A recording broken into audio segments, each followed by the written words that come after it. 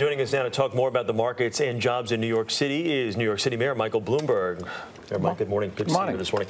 I guess we're going to ask you the easy question first. How do you make this type of volatility stop? And do you see it always peters out itself. Things go too far. If you had to bet 10 cents, and I wouldn't bet more than that, you've got to believe that bonds, U.S. government bonds have been bought too high prices, and gold is too high a price, and the stock market's too low.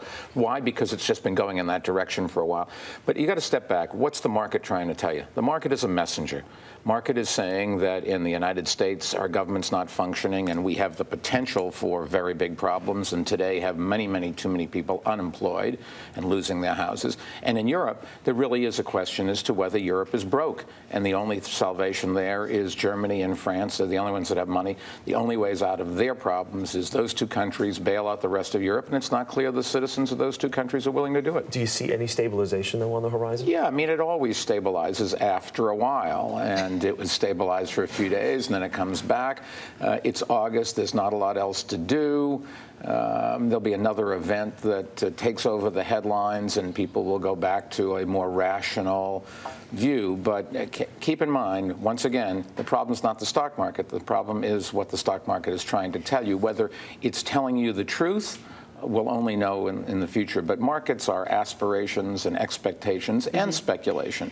You talked about, though, the impact of the government and the fact that the government, by many accounts and by many interpretations, is not exactly functioning here. Our government, exactly. Yes. So there's so much talk about what the president needs to do, what both parties need to do. Realistically, can any lawmaker in Washington, can the president make an announcement, announce a plan that is going to have an immediate impact on this economy? Nobody is going to come up with a quick, simple solution to a complex problem that has been building for years.